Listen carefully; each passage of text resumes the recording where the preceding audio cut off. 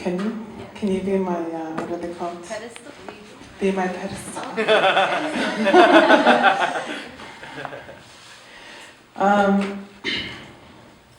I was debating if I should share it or not because it's a little bit heavy. I wrote this poem about Loretta Saunders, or for Loretta Saunders, I should say. And I guess everybody knows who Loretta Saunders was. You don't know? I do, but I don't know. Some people don't know? So, she was an Inuk from Labrador. She went missing and it was on the national news. And at first when you saw her picture, you would be like, not knowing maybe that she's Inuk unless you know her. But when I saw her picture, I was like, oh no, like, she looks familiar. I've never met her. And then of course, for those of you who know, she was murdered. And she was a young woman who was studying the issue of missing and murdered Indigenous women in Canada. So she was studying that, and she was kind of an activist on that issue. And then she herself lost her life for a very stupid reason. So I was thinking about that, and about how, especially in the South, Inuit women are not really valued. And get into all kinds of situations that are very dangerous. And I've seen that with so many young people or older people, close relatives of mine, my own daughter, me when I was younger. So anyway, that's what this was about. Good? Good now? Don't read it if you can help it. Don't read it, because it's not just another bad article about a bad thing. It's a true story, and it's a stupid story.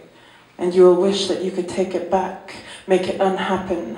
You will wish you could switch the sequence of events and remove the part where she gets killed.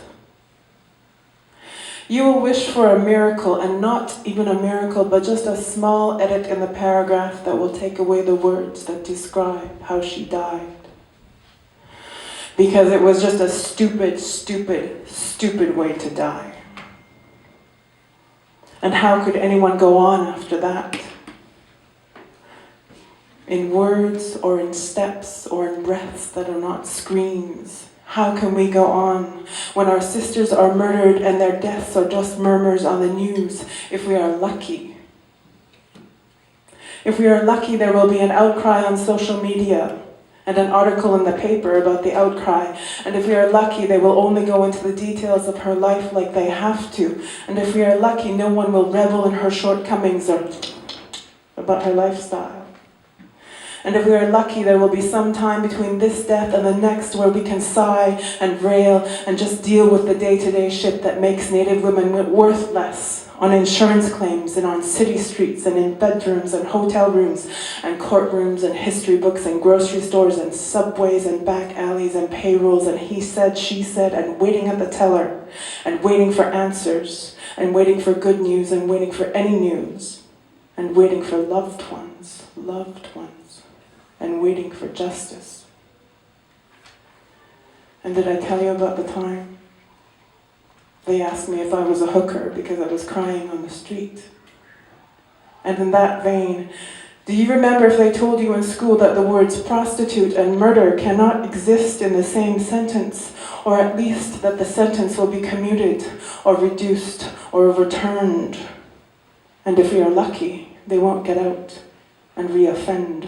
Repeat, repeat, repeat, re-offend. And if we are lucky, one day we won't have to count ourselves lucky to be counted as human beings.